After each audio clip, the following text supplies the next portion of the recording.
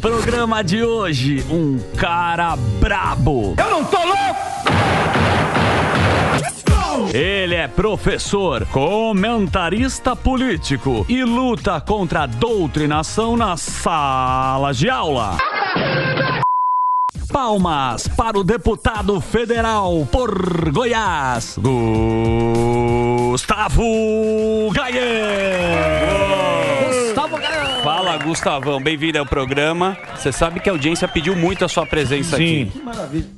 Tá funcionando bem o microfone? Maravilha, fico muito feliz de saber isso. É uma honra pra mim poder estar aqui no programa que eu assisto tanto, há tanto tempo, né? Você é de Goiás. De Goiás. Um lugar que a gente tem. Goiânia, eu vou para Goiânia. Aliás, um abraço para nossa audiência em Goiânia. É um lugar espetacular, muito bacana, já estive lá. E tem uma audiência enorme. Me avisa que a gente te leva lá pra conhecer uns restaurantes. Por favor, vamos fazer uma festa lá. Um barzinho de sertanejo, que eu sei que vocês gostam. Muito. Sertanejo Raiz é muito bacana. O nosso querido e brilhante Ricardo Mota, o Roberto Mota, está aqui e vai fazer a primeira pergunta. Vamos lá, Mota, a primeira pergunta aí de honra para você, meu querido. Vamos lá.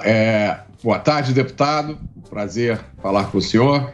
A minha pergunta qual é o sentimento do Congresso Nacional em relação a tudo que está acontecendo hoje no Brasil? Bom, vamos lá. Primeiro, boa tarde, Roberto. Prazer estar conversando com o senhor aqui novamente.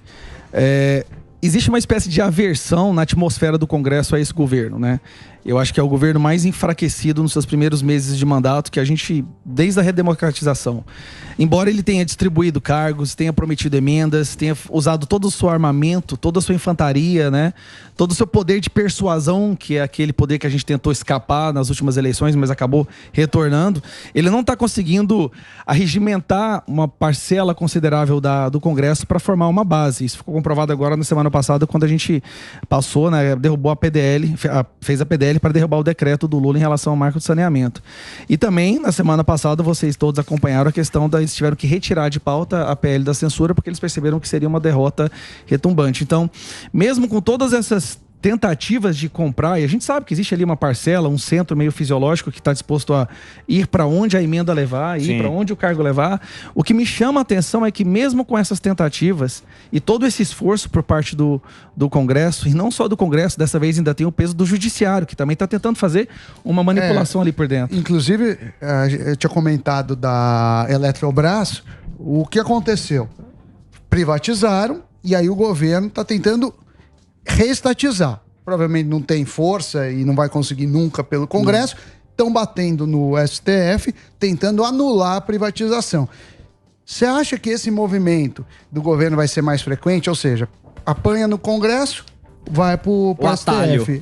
Eu nem usaria a palavra frequente, eu acho que vai ser modus operandi. Vai ser o que a gente pode sempre esperar todas as vezes que eles tiverem uma derrota no Congresso. Vocês viram agora, recentemente, o discurso do Flávio Dino, onde ele fala abertamente, né? Se você for traduzir a mensagem daquele discurso dele em relação ao que eles fariam agora, junto com o Supremo Tribunal Federal, depois que eles não conseguiram passar o PL da censura, basicamente ele anulou o Congresso. O Congresso virou um teatro, né? Nós vamos ali, trabalhamos ativamente, fazemos articulação, ligamos para dezenas de deputados, visitamos gabinetes, várias reuniões para tentar fazer um debate povo, que é o povo, são os representantes eleitos do povo. E ali, diferentemente do Executivo, você tem todo o espectro político, né, que foi eleito ali. E aí, quando eles levam uma derrota, o Flávio Dino fala abertamente, então não conseguiram ali, nós vamos levar para o STF e vai ser pior ainda. Sim. E ele ainda ameaça. Então aí eu fico perguntando assim, isso pra mim não é um discurso antidemocrático? Total. Você tá basicamente dizendo que vai anular um dos poderes? Autoritário, digamos. Mas você acha que vai passar? Desculpa, isso daí não vai passar, né? Isso aqui A atmosfera lá agora é de rejeição completa. Eu acho que, por mais que tenha tido todo um esforço coordenado por parte da extrema imprensa brasileira, né, de alguns doutrinadores no sistema de educação, da lacrosfera, do governo dando emenda e dinheiro e cargo, a sensação que eu tenho é que todo mundo percebeu que isso, se passar, vai ser o fim do que resta de democracia no Brasil. Então, a sensação que eu tenho, a impressão que eu tenho lá hoje é que o termômetro está dizendo que não passa. E você fala que você já tomou muita porrada, né, meu? Já teve rede também que saiu do ar. Já é o rei da fake news. Na CPI, de acordo com o Renan Calheiros, né, eu sou o segundo lugar das fake news. O primeiro é o Alexandre Garcia. Você é o príncipe. É, o príncipe, eu brinco com ele, Alexandre Garcia. Ô, Gustavo, agora você... Deixa o Beta. Perdão. Não, eu ia falar exatamente nisso, porque na eleição passada, uma das pautas, inclusive para o Senado, era que tivesse senadores dispostos a protocolar impeachments de ministros do STF por tudo isso que eles estão fazendo. Você acha que isso é possível?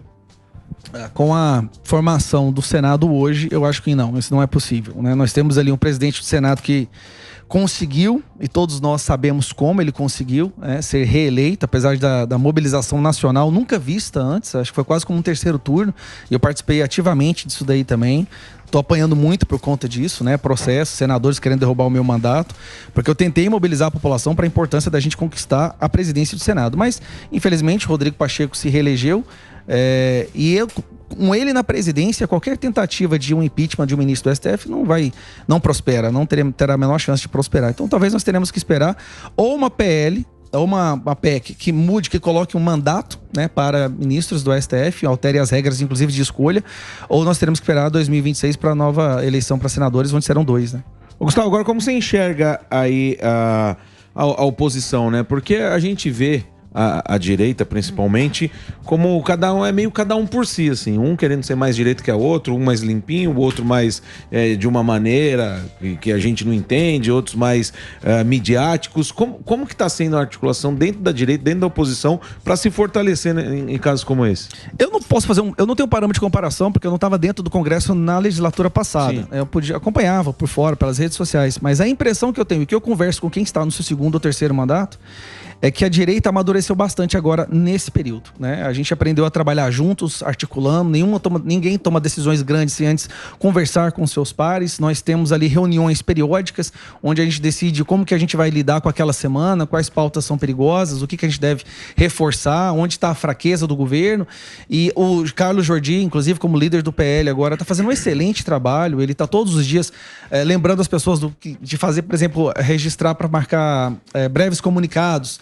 Vocês devem ter reparado que agora vocês estão vendo pessoas de direita muito mais frequentemente na tribuna falando. Sim, sim. Né? Na legislatura passada, a esquerda dominava aquilo lá por completo. De vez em quando, nós víamos um dos representantes da direita subir na tribuna. Agora nós estamos dominando aquele cenário. A bancada é enorme também. A bancada é enorme. Nós estamos de olho. Tem celular. O despertador toca todas as vezes 1 minuto antes do momento de você fazer o registro dos breves comunicados. Todo mundo está lá disputando quem vai ficar em primeiro lugar, segundo, no sentido assim, cronológico, né? Porque é na hora que você faz o registro. Então a gente tem trabalhado ativamente, tem uma sintonia muito grande, temos ajudado uns aos outros e amadurecemos muito. Eu acho que não tem mais aquela briga de quem tem mais holofote, quem tem o tapete vermelho, quem tem favoritismo dele ou daquele. Nós estamos trabalhando pelo Brasil e está amadurecendo. Ô, Gu, deixa eu te fazer uma pergunta. Que intimidade é essa? Desculpa, deputado Gu.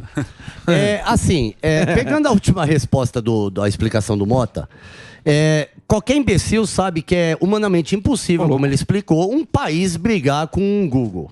Só que eles estão tentando essa briga. Você acha que é burrice, inocência ou mostrar que os caras são poderosos? Ou tudo isso tem naquela teoria da conspiração, tem um plano maquiavélico por detrás, está sendo armado uma caminha de gato para os caras se irritarem e de vez fecharem as redes no Brasil e tal? Você percebe algum planinho maquiavélico ou é burrice de querer peitar um Google? Eu acho que o plano deles, na visão, na perspectiva deles, não tem como errar. Porque ou eles vão conseguir fazer com que o Google aceite, né, ajoelhe diante dessas determinações totalitárias aqui de regime da censura, ou a vitória maior para esse pessoal seria que o Google realmente saísse do Brasil. E aí não teria mais a possibilidade das pessoas poderem divulgar suas opiniões. Não só o Google. Eu acho que o que eles queriam mesmo é que o Brasil se tornasse uma espécie de Coreia do Norte. Cuba, sem plataforma de redes sociais, sem a possibilidade da população, do povo comum poder ir lá de falar suas opiniões, combater as mentiras do sistema ou se posicionar politicamente. Isso é um plano, então? Eu acho que o plano deles é conseguir controlar as plataformas. Mas se elas se retirassem do Brasil, seria uma vitória ideal para eles. Eles não teriam mais que ficar disputando mas não com vai pessoas sair, o falando Google a verdade. vai sair do Brasil. A gente tá na Rússia. Eu não duvido de nada. Na China. Sair na Rússia. Na China nem YouTube, tem uma plataforma deles própria, do governo, mas olha, né? só, isso é um caminho China ruim. são 1,5 bilhões de pessoas, tem uma representação na economia do Google muito maior que o Brasil, e o Google decidiu sair, certo? Verdade. Aqui no Brasil nós representamos aqui 4% do faturamento total do Google. Talvez em 4%? E o que eles perderiam, por exemplo, em ter que monetizar? Como essa PL da censura, que na verdade é para jogar dinheiro nos cofres da grande imprensa, da Globo, e você sabe, né? O que eles perderiam com isso? Mais processos que eles teriam que responder. Então eles fazem um cálculo. Não, explica isso, é interessante, o Sam pode complementar. Esse dinheiro que vai para onde, né? Porque tem a monetização, correto? Sim. E tem os veículos de imprensa. Como é que funciona isso daí? Por exemplo, se eu tô gravando um vídeo ou eu publico no meu Instagram um trecho de um artigo de um repórter qualquer, da Globo, qualquer, para comentar sobre esse artigo, que é o que se faz muito, certo? Basicamente, esse jornal ou esse jornalista deveria ser remunerado por isso. Só que se você publica no seu Instagram, você não está monetizando ali. Não tem monetização nenhuma. Então, a plataforma teria que pagar, no caso a Meta, né? Ela teria que pagar o jornalista ou a empresa sem receber nada por aquilo. Então ia aumentar muito não fecha a conta, despesa, não fecha a conta. Ou eles tornariam todas as plataformas pagas. Eles têm que cobrar uma assinatura grande para Plano premium. Aí você teria que assinar para ter Instagram. Ou você vai teria ter que assinar. propaganda em tudo. O pior, eles teriam que aumentar muito o preço de divulgação, né? Sim. Que é o AdSense, ou essas divulgações que você faz nas redes sociais. Aí o que Pra isso cobrir acontece? os outros. Isso acaba com o pequeno empreendedor. Aquele cara que tem uma lojinha de consertar bicicleta, que a única possibilidade dele divulgar o trabalho dele é colocando ali R$100 por mês no Meta, por exemplo. Nunca vai ter, ele não vai ter condição dinheiro mais. Pra pôr não vai ter. Ele fala isso porque você pega a publicidade e você anuncia R$100 para divulgar o que você então, tá falando. R$100 que ele anunciava vai ter que virar Impulsionar. R$1.000. Ele não vai ter condição. Então você vai excluir o pequeno empresário. Gustavo, falando em economia, Goiás é um estado com um agro muito forte e a gente sabe que uma das bandeiras do governo atual é brigar com o agro, pelo menos do Lula 3. No Lula 1, Lula 2 não era, mas agora... Tá. E eu queria saber o que vocês estão fazendo para tentar ter pautas que interessam a economia, principalmente o agro, e aproveitar que muita gente está perguntando se você será o prefeito de Goiânia. Na tela. Na primeira pergunta, eu acho que uma das propostas que talvez ela, por ter sido muito... Eu vou usar a palavra agressiva aqui, porque pro senso comum, às vezes, é agressivo. Você fala assim, não, eu quero criminalizar o MST. Eu falo nesse sentido porque para boa parte do parlamento, isso é muito agressivo. Porque eles ainda têm uma visão de MST movimento social, movimento de distribuição de riqueza, o que a gente sabe que é mentira, é um grupo terrorista. Então eu entrei com a PL agora, que basicamente é assim, qualquer pessoa que participar de invasão de propriedade privada, ela perde o direito de participar de qualquer programa do governo. Então a pessoa, ela invadiu uma propriedade privada, ela não pode mais... Perdeu o Bolsa Família. Perdeu o Bolsa Família, perdeu a possibilidade de receber título de terra e qualquer outro programa assistencialista do governo. A ideia é muito mais fácil de aprovar um projeto assim, porque ele não é considerado, de novo, aquela palavra agressivo pela parte do centro do Congresso, dos deputados, mas ela é uma coisa difícil de você ir contra. Não, peraí, se a pessoa comete um crime ou participa de um grupo que comete crimes, ela não pode ser beneficiária de programas sociais. Então eu tenho certeza que se a gente conseguir provar esse projeto, a gente vai articular para que ele seja aprovado, eu tenho certeza que vai esvaziar o MST e ali vão ter líderes que não vai ter ninguém para seguir. A ideia é simples, ou seja, alguém que fizer uma invasão, né, que tá proibida, que não pode, ele vai ter o benefício. Nome sujo, né? Fica com o nome sujo. Os caras querem que não seja entendido como crime. Não, mas essa é a ideia essa é a ideia do problema. projeto. Eu não vou usar a palavra crime, acho que nem tá usado. É invadir propriedade privada alheia, pública ou privada, porque agora eles estão com essa ideia também de invadir. É um crime. Então invadiu qualquer propriedade privada, ela perde o direito de ter qualquer programa do governo. Aí eu tenho certeza que vai esvaziar bastante essa questão. Você vai para prefeito? E a prefeitura? Não. Por agora não tem nenhuma intenção. Minha briga é em Brasília, né? A gente tem que exorcizar esse demônio que tá lá. Então minha briga por enquanto é ficar só em Brasília mesmo. Ô Gustavo, em relação à questão da internet, a gente vê que a boa parte da direita veio se formando na internet e os debates políticos, até teológico, muita coisa foi florescendo com a internet, com essa liberdade da internet. E eu ia te perguntar exatamente isso. Você acha que o medo deles é por conta do alcance de acabar com as falácias da esquerda e também da doutrinação nas escolas? Porque se você falasse isso antigamente, você era um conspiracionista. Só que com os vídeos de você vendo o professor realmente, material escolar, você tem pai, você tem mãe fazendo na hora o que está acontecendo, isso também acaba quebrando uma grande cortina de que eles falavam, não, isso aí não existe. A internet, ela veio com isso. Você acha que tudo isso, de querer cercear a internet, é por conta disso que a verdade na internet acaba aparecendo e também a tua opinião da doutrinação das escolas? Não, sem a menor sombra de dúvida, André. O motivo deles estarem tão desesperados para acabar com a possibilidade das pessoas se posicionarem na internet é porque o posicionamento das pessoas mostra o quanto eles têm mentido ao longo das últimas décadas, mostra que a população não está aceitando essas premissas desse pensamento progressista, essa inversão de valores que eles estão querendo enfiar a goela abaixo. Então o povo está se posicionando pela primeira vez. O que aconteceu com a internet é que foi ali que nós tivemos um espaço de nos posicionarmos. Na escola, no sistema educacional, quando um professor de direita ou um aluno de direita tenta se posicionar, ele é escrachado, perseguido, ele sofre violência psicológica, demitidos, expulsos das escolas. No jornalismo, todos nós a gente testemunhou o que aconteceu nos últimos 2 anos aqui. Jornalistas que se posicionam, não precisa nem ser de direita, não. Só dele se posicionar pelo bom senso, só se ele se posicionar pela razão, ele é escrachado, marginalizado, criminalizado. Excluído. Artista. Colocado em inquéritos. Artistas Nossa, nem se fala. nunca mais são convidados para participar de nenhum programa, de nenhum show. Então, o que aconteceu? A internet, ela deu essa oportunidade para pessoas comuns poderem se posicionar. E essa é a criptonita desse sistema. A partir do momento que a pessoa... E não só isso. Ela pode reverberar a frase, a palavra, o posicionamento de um João lá de Rondônia no Brasil inteiro. Porque a verdade, ela tem esse poder. Eu falo sempre assim que a mentira, ela precisa ser constantemente martelada na cabeça das pessoas para ela ter uma sobrevida. Constantemente martelada. E no Brasil funciona assim. Ela é inseminada na educação e ela é mantida pelo jornalismo, pelo entretenimento. É o consórcio. É o consórcio. É uma cadeia de trabalho muito bem formalizada, muito bem articulada. Bem feita. Perfeita. O que acontece? A internet...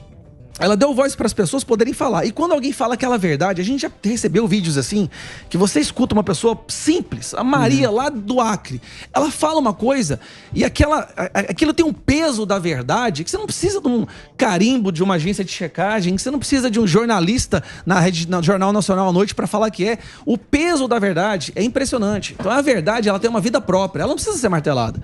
Basta um sussurro, a gente fala, né? Basta alguém sussurrar na verdade que ela derruba a mentira. E aí eles querem silenciar até mesmo esse sussurro, que é o que essa que ali é o nosso ambiente. Que começa muito na educação, né? Você tem um instituto, eu tava vendo aqui, Instituto Nossos Filhos, é isso? Posso dar aqui, www.institutonossosfilhos.com.br. É dessa pega de doutrinação? O que funciona esse instituto? É o seguinte, há muito tempo a gente está tentando lutar contra essa...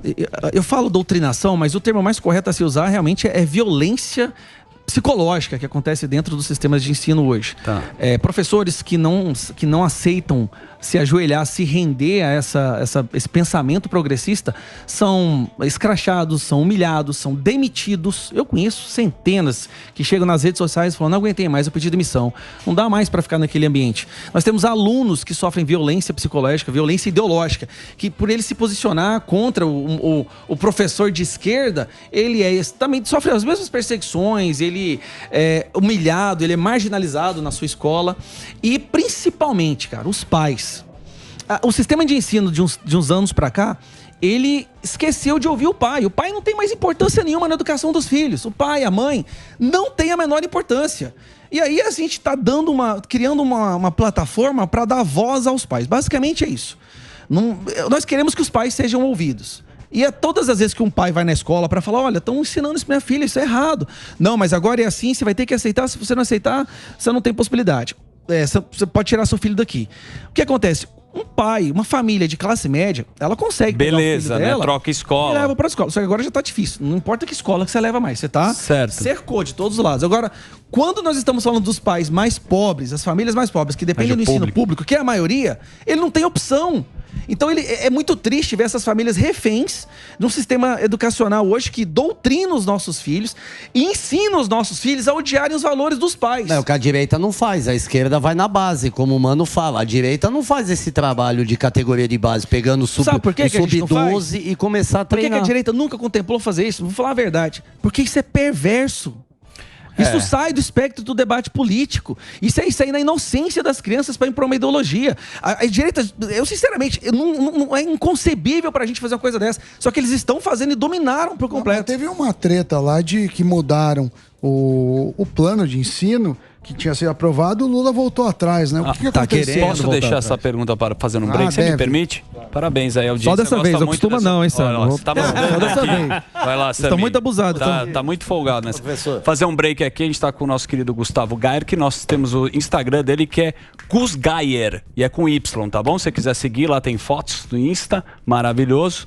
Ele fala tudo sobre política. Vai bater 1 milhão hoje. Vai bater 1 milhão aqui, ó. Quantos seguidores tem? 979 mil, vai bater 1 milhão. E tem o seu Twitter, que é o Gayer Gus, que tem Y também, né? @ Gair Gus, certo? Então daqui a pouco a gente tá de volta aqui na Jovem Pan.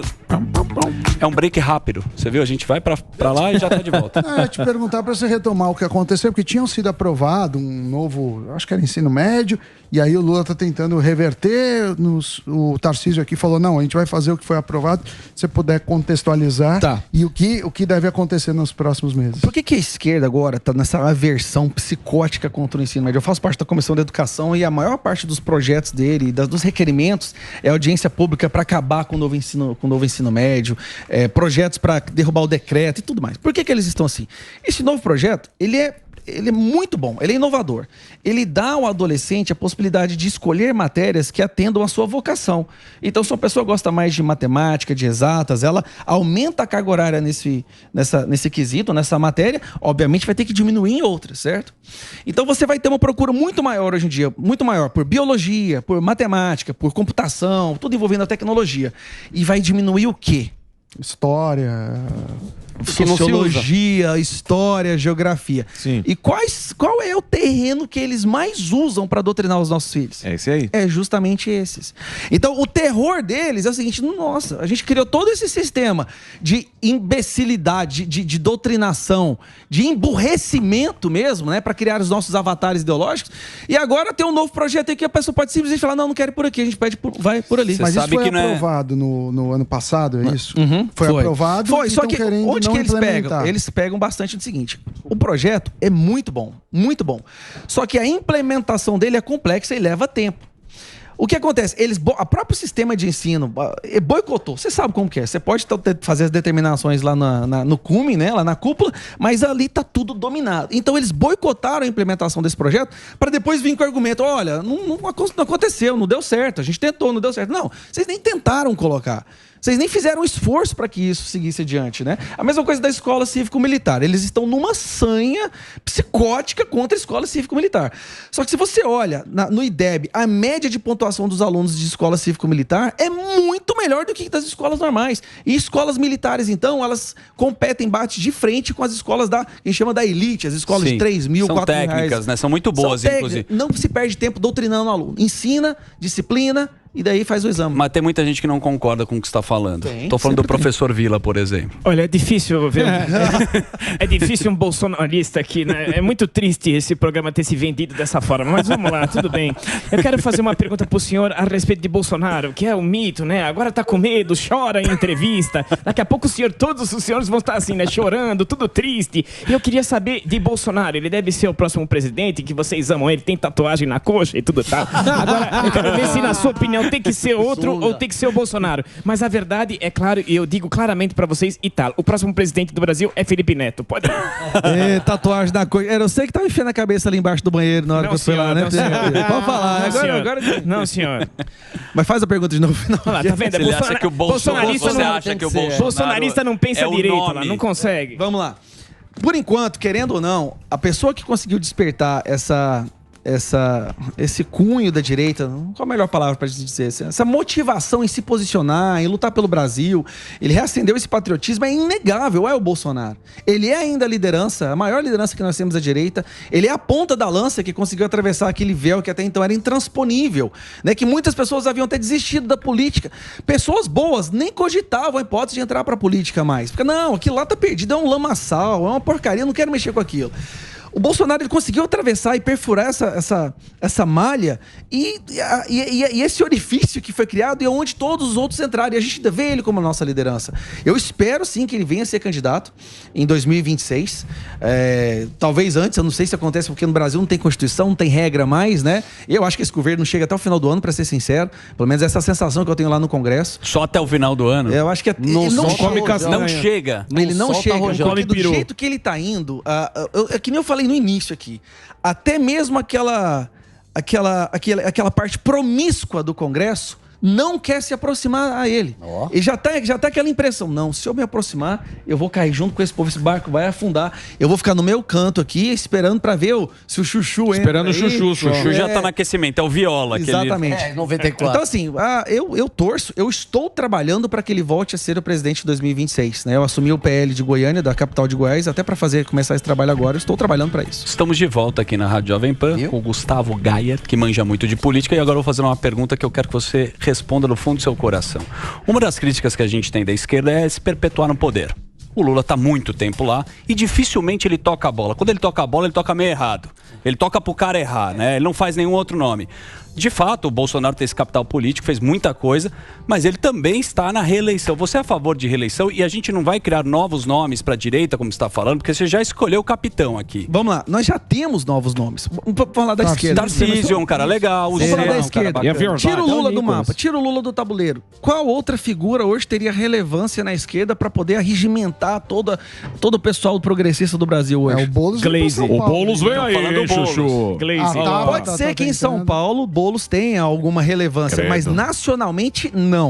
Isso é verdade. Não tem, nacional não tem. Não se surpreendam. A própria Janja tá se preparando. Já tem até biografia. Não, mas deixa ele concluir, Bom, a esbanjanja. Bom, tirando o Lula, sinceramente, quando o Lula se for, no tempo de Deus, eu acho dificilmente que surja uma pessoa, porque ele foi extremamente centralizador. A veia autoritária dele não é só na questão de dominação do Estado, não. É dentro do partido. É dentro do protagonismo da esquerda. Ele não deixa ninguém. Qualquer pessoa que começa a sobressair demais, de repente o avião dessa pessoa cai e ninguém sabe o que aconteceu. Do lado de lá, o Bolsonaro faz questão de levantar as pessoas que estão tomando protagonismo. O Bolsonaro faz questão de ir lá e apoiar. Olha só o Nicolas hoje. Olha o que ele fez com o Tarcísio.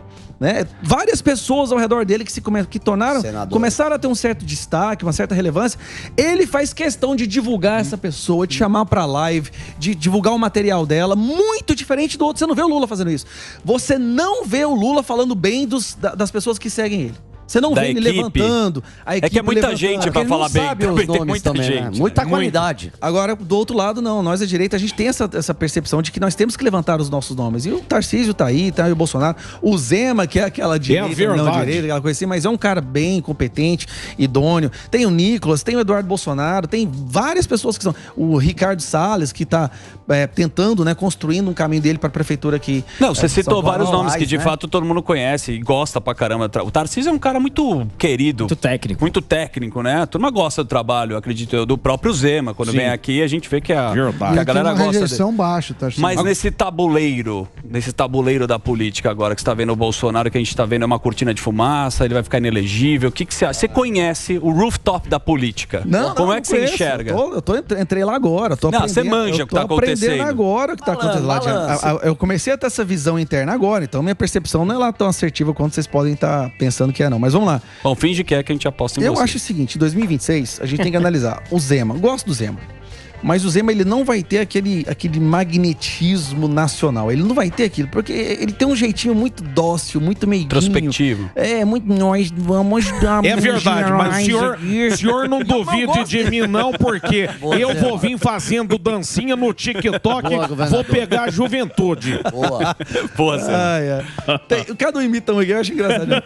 Vamos lá, eu acho que ele não tem essa competição. Talvez ele venha para Senado, tá? O Tarcísio, ele vai pro segundo mandato aqui em São Paulo. O Tarcísio, ele veio, eu acho que não tem outra possibilidade para ele. Ele tá fazendo um trabalho... Não vai pular do cavalo igual o Dória. Não vai pular do cavalo, ele vai fazer o segundo mandato dele aqui em São Paulo. Então nós temos, querendo ou não, nós temos o presidente de 2026 como a figura que se destaca. A questão é, o que eu percebo é quanto pior o Lula for e mais clamor popular tiver pelo Bolsonaro, mais a justiça vai tentar destruir o presidente. No caso, quando eu falo presidente, eu me refiro a Bolsonaro, obviamente.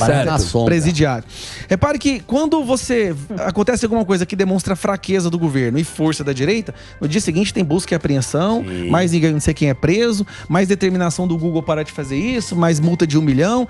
Essa é a sensação que nós temos. A cada vitória que nós tivermos, a chulapa come no dia seguinte. Toma o chumbo depois, no dia seguinte. Toma o chumbo depois. Mas de forma democrática, porque o amor venceu. Mas o que aconteceu com toda essa história? Teve a história da joia, depois teve a história lá da vacina e tá... Ontem teve uma matéria no Fantástico, né? Que os dólares. Você é fantástico, então. Nossa, que não, teve demais. Uma matéria. 20 dólares. Do consorcião. Deixa ele falar. Do Cid, falando que foi achado dinheiro. Tá investigando, não tem nada. O Cid ainda. trabalhou muito em outros países ao longo da vida dele, né? Como militar. Então ele abria contas nos países que ele trabalhava até poder ter acesso ao dinheiro. E aí, com certeza, nesses trabalhos que ele recebeu, ele deixou dinheiro lá. Só que você viu que não falou montante, né? Não tinha, né? Eu vi algum montante, não no Fantasma, eu vi algum montante falando que ele tinha, acho que 190 mil reais em casa, o que não é crime se for declarado. Sim. Então, quer dizer, estão investigando, que a gente não pode também acusar sem provas. Agora, Morgadão. Eu queria saber a respeito do Felipe Neto. O Emílio aqui, quando a gente fala de Felipe Neto, que faz parte de comissão, vai lá dar pitaco, conselho e tudo mais. Briga com o Google. O velho fala assim, puta bosta, sem dar nada. Queria saber a sua opinião. A importância real e o perigo desse rapazinho estar num conselho desse daí. Vamos lá, ele tem uma certa relevância, mas não dessa magnitude que muitas vezes a imprensa quer que nós acreditemos que ele tenha, tá? Porque a audiência dele é de 12, 14, 15 anos. É uma audiência que agora, nesse momento, no YouTube, não vota, não tá nem em posição. A audiência dele no YouTube não assiste ele no Twitter. Né? São aquelas pessoas que não assistem, não lê, não acompanha ele no Twitter. Ele não tem essa relevância toda. Eu vi até recente uma analytics que o Nicolas fez em relação ao Felipe Neto. Embora ele tenha uma fração dos seguidores do Felipe Neto, o engajamento que o Nicolas Ferreira tem no Twitter, no Instagram, é muito maior que o do Felipe Neto. Sim. Tá, então, assim, ele tem uma relevância? Tem. A relevância dele é de servir de fachada, de front face, sabe? Dessa intenção da imprensa. Fala assim, olha, nós não estamos errados, nós estamos indo pelo caminho certo. Até mesmo esse jovem aqui, que é acompanhado por muitos jovens no Brasil, está nos acompanhando, está lutando junto com esse governo. Então, eles estão tentando fazer um apelo pela juventude. Só que essa juventude dele é muito infantil e não acompanha ele. É mais pra narrativa isso daí. Essa é a relevância que ele tem agora. Boa. E aí é o seguinte, eu te pergunto, deputado. Polêmica. Não, é que assim, a gente... É o Rezende. Não, em um passado recente a gente via a população muito empenhada na política e se manifestando a cada votação, demonstrando a sua vontade popular. A gente estava falando de projetos, da questão do saneamento, da PL das fake news.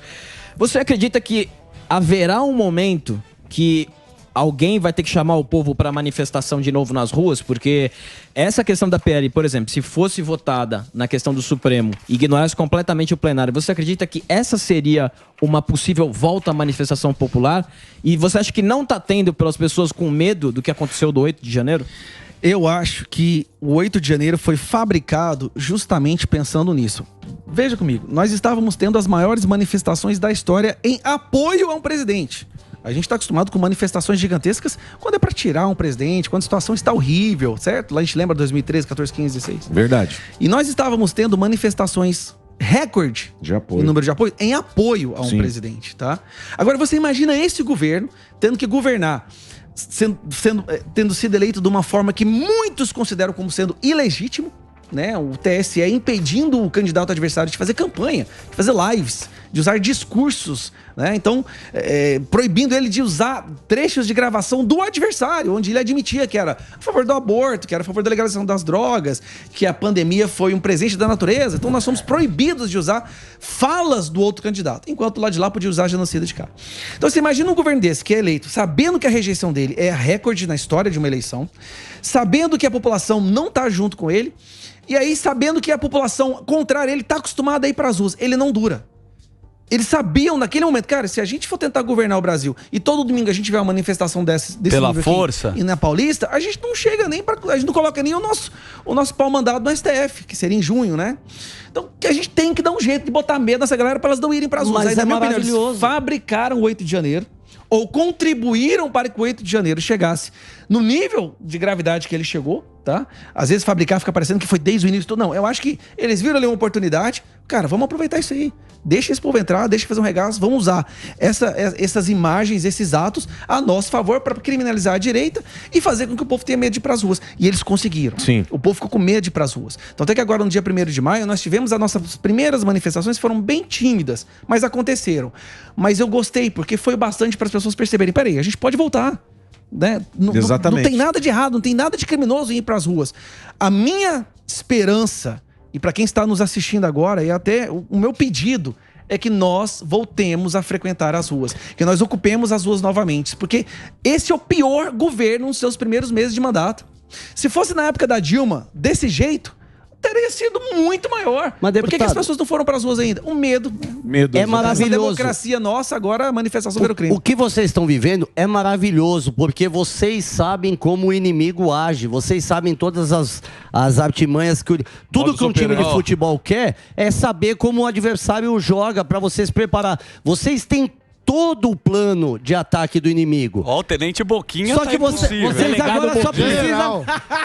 Vocês só precisam se preparar para isso, porque você sabe que daqui 4 anos vai acontecer de novo, daqui 2 vai acontecer de novo. Vocês sabem como os caras vão atirar, qual trincheira eles estão. Vocês tomam um tiro porque quer. Boa, General, calma lá. Toma tiro porque ele quer. Ele tem razão, a gente precisa averiguar, precisa, obviamente, ir para uma CPI para ver o que aconteceu. Ninguém, não tá clara essa história, mas que teve nego que entrou lá e vandalizou, não tem a dúvida que o cara fez isso. Documentos que provam. Acho que você eu já vi vocês falando que várias vezes. E o Torres, hein, meu? E os caras meio que abandonaram. É uma situação desse cara também. Não é uma questão de abandonar. Existe uma percepção que, por exemplo, a gente teve um momento que a gente pensou e falou assim: olha, vamos parar de ficar gritando, batendo todos os dias da questão das pessoas que foram presas, porque nós estamos lidando com uma pessoa que ela é um pouco diferenciada.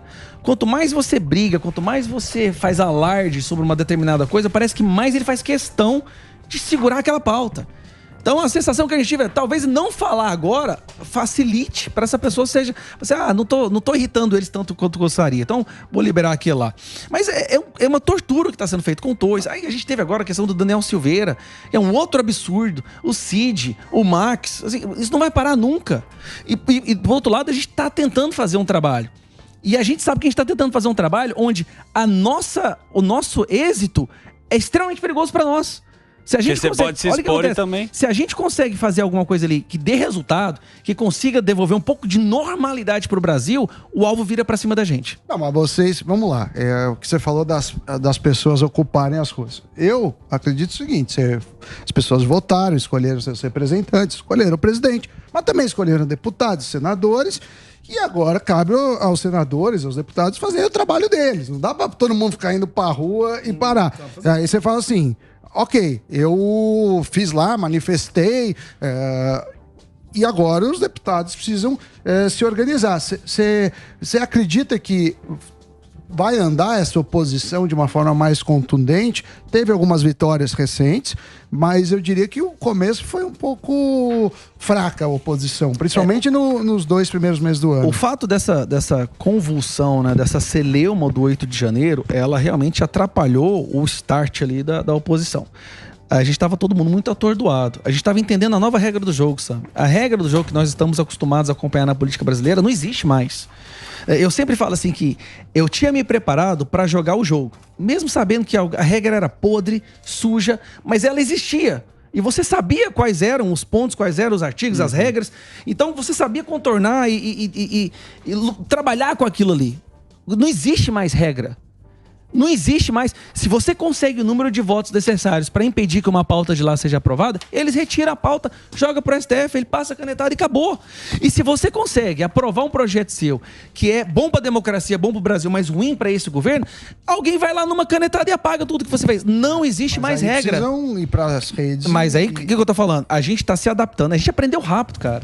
A oposição, ela tá fazendo um trabalho, sim, fenomenal. E eu tô te falando, pessoas que costumavam chegar em Brasília terça à tarde e voltar quinta de manhã para suas casas, tá chegando na segunda à noite, tá saindo de lá quinta ou sexta. A gente tá marcando reunião online. Nós não estamos pegando leve com esse pessoal, porque a gente é o caso de sobrevivência.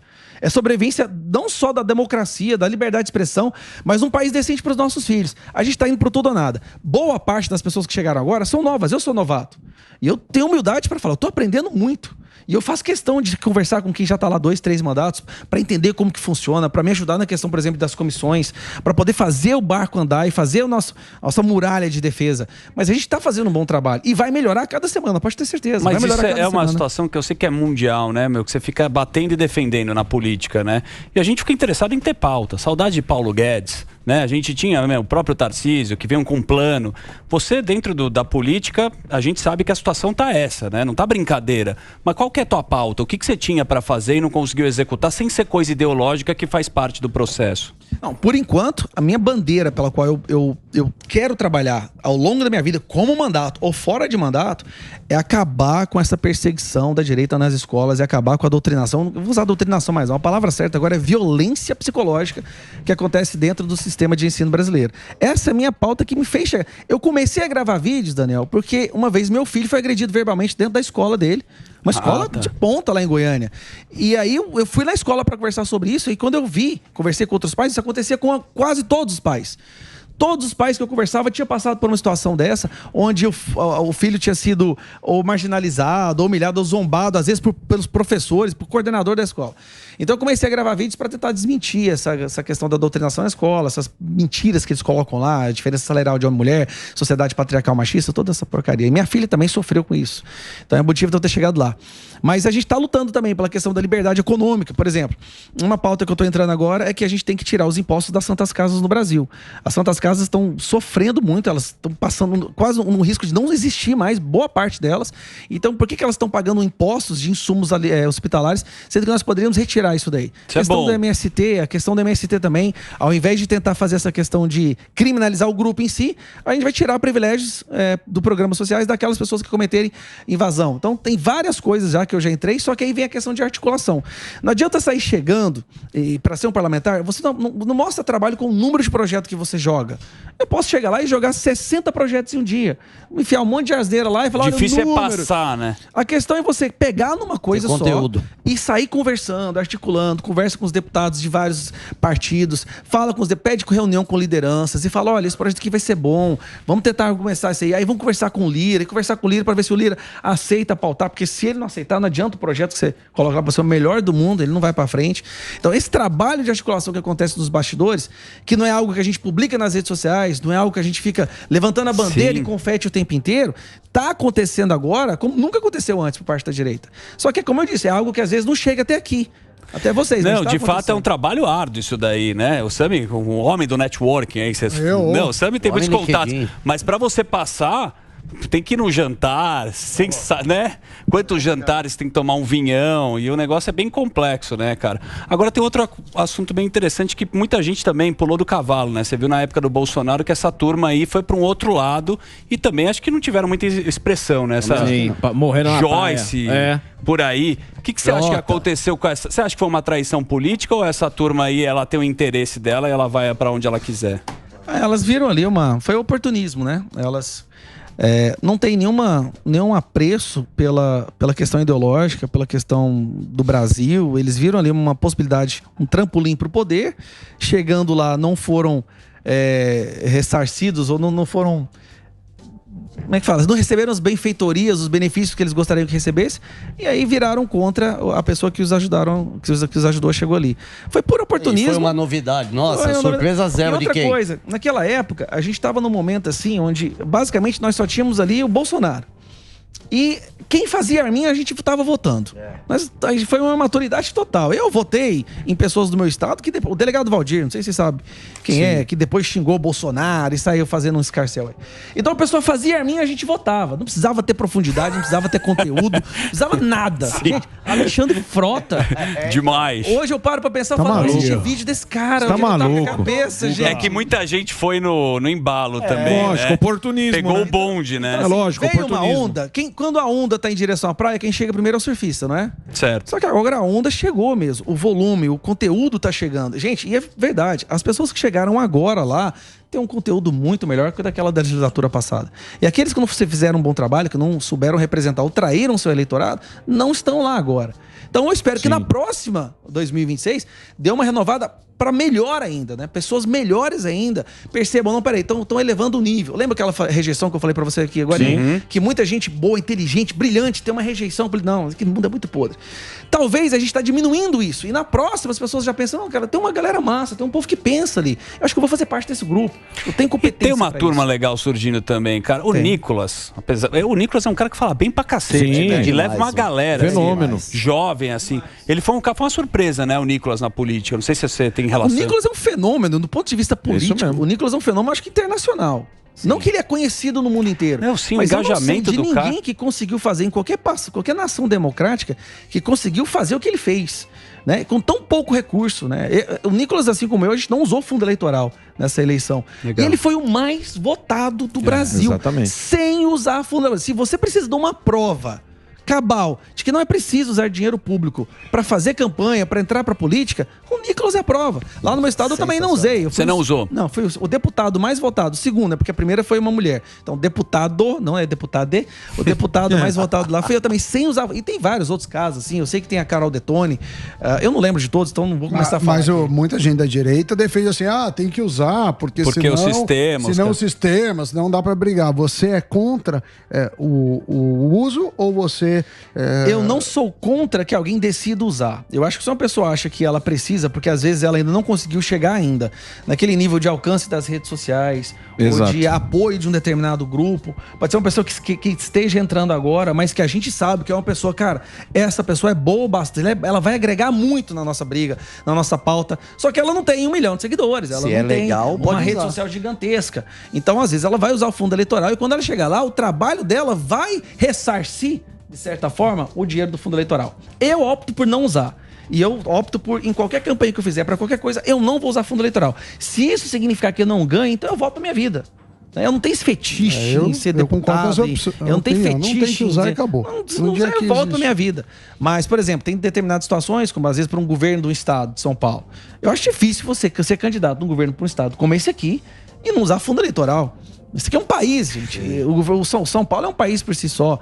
Mas use com retidão, né? Use com respeito, porque afinal de contas é dinheiro de contribuinte. Então, o que eu vejo é que muitas pessoas entram como candidatos para usar fundo eleitoral só para roubar. Aí você sabe disso melhor que eu, né? Não tem a menor vontade de ganhar. É só pra roubar, não, é verdade. Mas tem muito cara picareta aqui. E não acontece nada depois. Eles vão lá. Mas depende. Se essa pessoa não tiver o cartão de vacina, ela vai presa. É verdade. Mas o teu caso foi uma coisa orgânica, né? Pelo que eu entendi. Você foi lá combater uma coisa que aconteceu com a sua família e aí você explodiu na rede social e aí você teve essa notoriedade. Foi, né? De certa forma foi. Eu participei de muitos programas lá também. Eu participava muito da rádio lá, em debates com esquerdistas. Até que o governador proibiu que eu participasse de rádio lá. Ah, é? Rolou. Você ia pra aqueles debates que fazem? Aqui a gente faz bastante. Aqui a gente sai na mão quando dá errado. Você não vai muito na mídia lá, né? Paga o almoço Não, eles me odeiam, rapaz. Moço do céu. O pessoal da imprensa lá me odeia. Conta pra gente, por quê? Ok. A turma da imprensa não gosta. Não, tem um grupo dos jornalistas de Goiás, que daí eu não sei quem que gosta de mim lá, que manda uns prints de vez em quando. Tem dentro do grupo? Dentro do grupo. É tipo Mamãe Falei que vaza o negócio. Entendi. Tem outro que manda um print. E aí eu fico vendo os jornalistas lá dos maiores meios de comunicação, veículos de comunicação lá, tipo Popular, umas porcaria lá. E aí eles ficam me batendo o tempo inteiro. Por exemplo, eu tenho um negócio que agora nessa plataforma, quando algum professor faz alguma porcaria de doutrinação de Estado, mas gritante mesmo, de que nem uma professora da rede estadual, nossa, essa foi absurda, ela estava ensinando as crianças de 13 anos que, vou usar um termo aqui, desculpa a audiência, tem que dar muito, dar é bom, tem que dar, e menino de 13 anos tem que comer até esfolar o piu-piu. Meu Deus. Falando isso como é que é? Para alunos de 13 anos. Tá maluco. E a aluna gravou o áudio. Certo.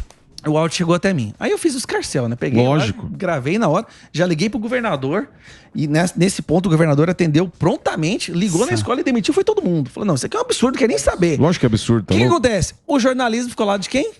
Do esfolar o piu-piu. Da professorinha. E não, em vários outros casos. Professor fazendo consórcio, falando que a polícia é responsável pela barbárie.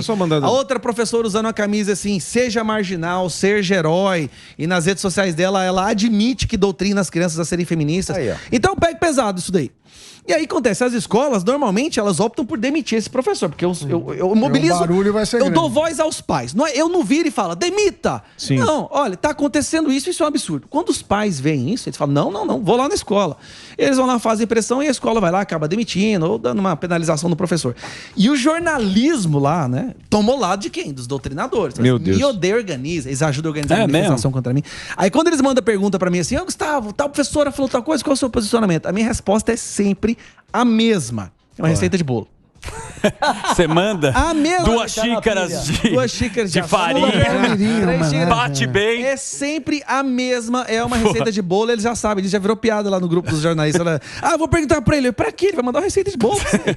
Pelo menos alguém deve fazer o seu bolo. Mas se você quiser mais informações, entra lá no www.institutonossosfilhos.com.br. Esse aqui é o Gustavo Gayer, que ele tem a rede social dele. Só pra fazer uma informação sobre esse instituto, tá? Na verdade, essa é uma plataforma que eu criei. É uma espécie de reclama aqui para que os pais possam falar sobre relatos do que eles que está acontecendo em salas de aula. Tá? É a voz para os pais. Eu criei para os pais, Sami. Só que o que eu fiquei impressionado é que boa parte é de professores. Boa. Que tem medo de falar dentro das suas escolas. Mas no Brasil todo. E usa a plataforma. O professor fala, olha, eu trabalho na escola tal, tá acontecendo isso, só que eu não posso falar, nós não sou demitido. E próprios alunos também que colocam lá seus relatos. Por enquanto, a gente fez um plano piloto, é um caso piloto que foi só para Goiânia. Porque, cara, envolve um trabalho gigantesco. Que é fazer a lista de todas as escolas, apurar, fazer uma análise, ver se aquela pessoa existe de verdade ou não. Porque informação pode ser uma escola contra a outra, por exemplo. Né? Sim. Então a gente tem uma equipe que trabalha. Dia 15 agora, pelo nosso planejamento, dia 15 ela vai abrir para o nacional. Aí nós vamos ter catalogada todas as escolas do Brasil, público ou privadas, onde os pais podem ir lá e falar o que está acontecendo, vídeo, imagem, áudio. Gustavão, obrigado, viu, cara? Valeu. Quem quiser mais informação obrigado. também pode seguir ele no Insta, que é o Gus Gayer com Y, e tem o Twitter dele, que é o Gayer